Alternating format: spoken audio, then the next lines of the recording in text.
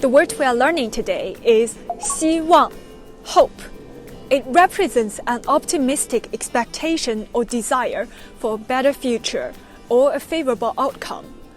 Like in English, 希望 could be used both as a verb and a noun. For example, 希望你一切都好. I hope you are doing well. 她对生活充满了希望.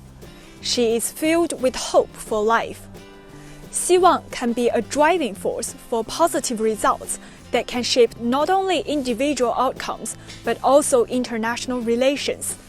In the context of China-US relations, the hope of a better future and improved ties between the two nations rests primarily on the shoulders of the people. 中美关系，希望在人民。The hope of China-US relations is in the people. Do you know the number of sister provinces or states and sister cities between China and the US? Since 1979, a total of 284 pairs of such relationships have been established. They serve as essential platforms for deepening friendship between the two peoples and achieving win-win cooperation. The Chinese city of Nanjing and the US city of St. Louis were the first pair of sister cities between the two countries.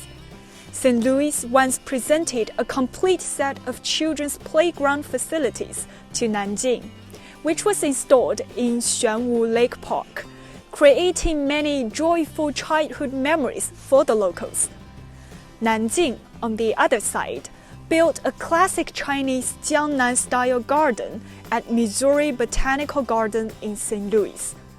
In the garden, guides share the story of the friendship and exchanges between the two cities.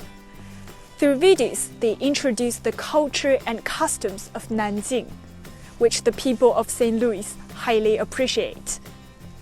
Isn't it lovely to hear the active engagement of hopeful people about fostering positive relations between the cities?